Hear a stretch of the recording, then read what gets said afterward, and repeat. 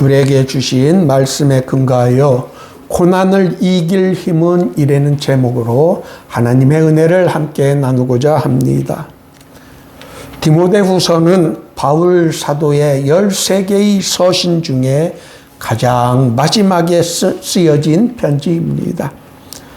자신에게 닥쳐오는 죽음의 그림자를 바라보며 자신이 아들처럼 여겼던 사랑하는 디모데에게 남긴 마지막 당부의 편지입니다. 디모데 후서를 보면 바울 사도가 처한 현실이 처연한 느낌이 들 정도로 힘든 시기였다는 것을 우리는 알 수 있습니다. 특히 오늘 우리에게 주신 말씀은 힘든 시기를 살아가는 우리 그리스도인들에게 희망과 용기를 가질 수 있는 정말 주옥과 같은 소중한 말씀입니다. 어떤 사람들은 예수만 믿으면 자기가 원하는 대로 부자도 될 수 있고 성공할 수 있다고 가르칩니다. 또 어떤 교회에서는 그렇게 가르치기도 합니다. 만일 그렇게 믿는다면 그 사람의 믿음은 그리스도교의 진정한 믿음이 아니고 또 그렇게 가르치는 것 역시 올바른 복음이 아닙니다. 도리어 그리스도인에게는 그리스도인이 되었기 때문에 오는 고난이 뒤따르게 되어 있습니다. 바울 사도는 황제에게 재판을 받기 위해 죄인의 신분으로 로마에 왔습니다. 그때 상황이 사도행전의 맨 마지막 장인 28장에 잘 기록되어 있습니다. 바울이 온 이태를 자기 셋집에 머물면서 자기에게 오는 사람을 다 영접하고 하나님의 나라를 전파하며 주 예수 그리스도에 관한 모든 것을 담대하게 거침없이 가르치더라라고 하였습니다. 감옥이 아닌 자기의 셋집에서 그를 지키는 한 명의 군인과 따로 있도록 허락을 받았습니다. 엄밀히 말하면 감옥 생활이 아닌 감금 생활을 한 것입니다. 약 2년 동안 그런 자유로운 생활에서 바울 사도는 풀려나 스페인에서 복음을 전하다가 다시 로마 감옥에 갇히게 되었습니다. 바울 사도가 로마에서 다시 감옥 생활을 하였다는 것을 우리는 오늘 본문 16절에서 알게 됩니다. 내가 처음 변명할 때라는 말의 의미는 그가 로마에서 처음 재판을 받을 때를 말하는 것입니다. 이제는 두 번째 로마 감옥에 갇혀 재판을 기다리거나 아니면 재판 중에 있으면서 디모데 후서를 기록한 것입니다. 첫 번째와는 달리 자유가 그에게는 주어지지 않았고 자신에게 곧 닥칠 사형 선고를 예감한 바울 사도는 4장 6절에서 나의 떠날 시각이 가까이 왔도다라고 하였습니다. 그런 죽음이 다가오는 상황에서 바울 사도를 힘들게 한 것은 그와 함께한 자들이 하나도 없고 다 바울 사도를 버렸기 때문이었습니다. 그가 느꼈던 그런 잡잡한 심정이 10절에 대만은 이 세상을 사랑하여 나를 버리고 데살로니가로 갔다에 짙게 배어 있습니다. 대만은 바울 사도의 편지 골로새서 끝 인사말과 인사말에 누가와 함께 등장하고 또 빌레몬서에 처음 인사말에 등장할 정도로 한때는 바울 사도와 함께 복음을 전했던 인물이었습니다. 그랬던 그가 세상을 사랑하여 바울 사도를 버리고 데살로니가로 갔습니다. 대마의 그런 처시인의 바울 사도는 자신에게 다가오는 죽음보다도 더 쓰라리게 느꼈을 것입니다.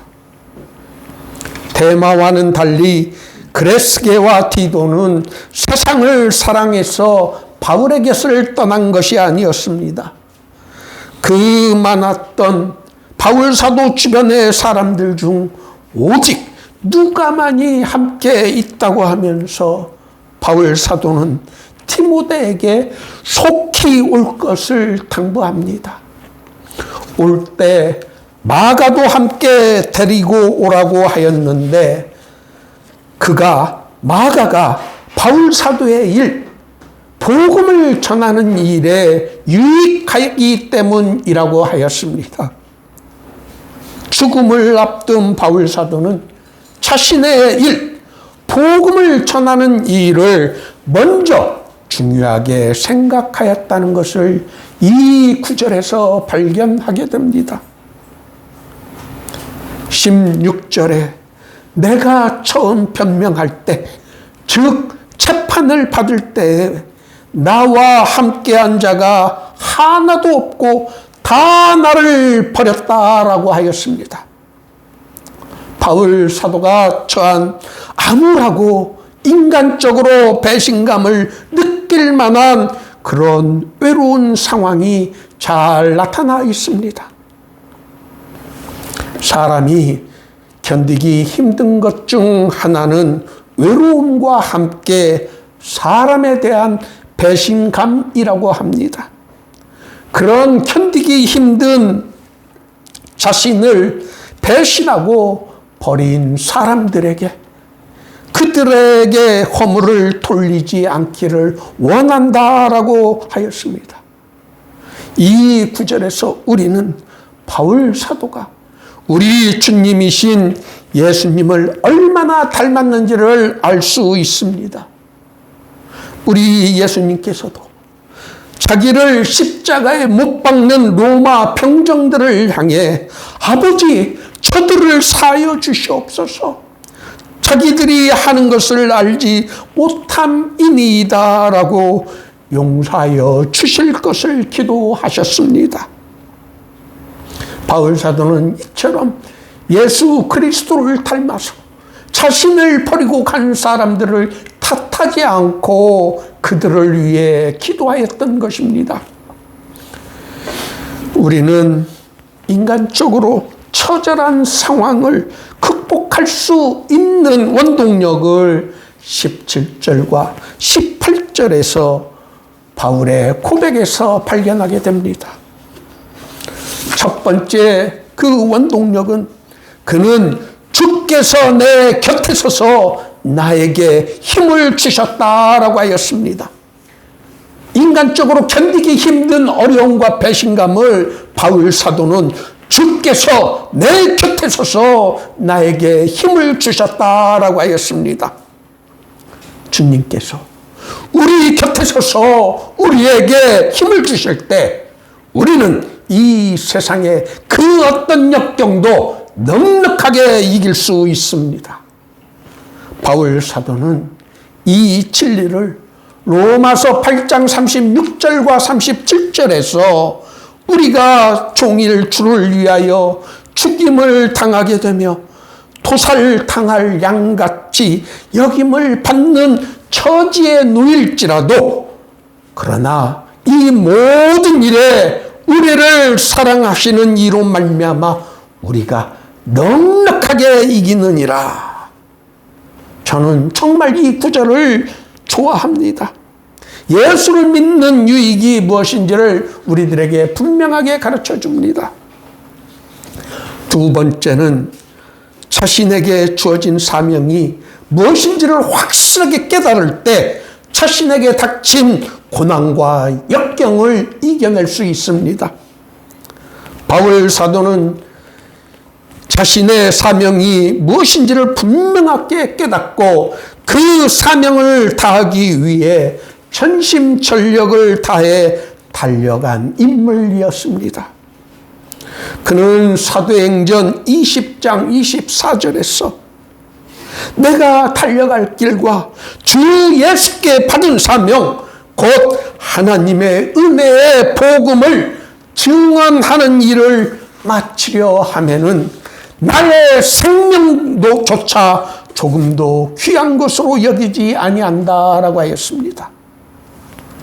바울 사도의 이 말씀은 정말 우리를, 특히 저를 부끄럽게 만듭니다. 바울 사도는 자신을 통하여 선포된 말씀이 온전히 전파되어 모든 이방인이 듣게 하는 것이 자신의 사명이고, 이를 위해 주께서 자신을 사자의 입에서 건져 주셨다는 것을 깨닫고 그 사명을 완수하기 위해 자신에게 닥친 온갖 모든 고난을 이겨냈습니다. 사자의 입이란 로마 제국의, 특히 네로 황제의 압제에서 벗어난 것을 말한다고 합니다. 세 번째는 바울 사도는 자신의 구원을 끝까지 책임져 주시는 주 예수 그리스도의 구원의 능력을 확신한 것입니다. 절망의 골짜기에서 한 줌의 구원의 소망을 볼 수 없는 절망적인 상황에서라도 그리스도인이 낙심하지 않고 언제나 용기와 소망을 갖고 힘을 얻을 수 있는 것은 우리에게는 구원의 약속이 있기 때문입니다.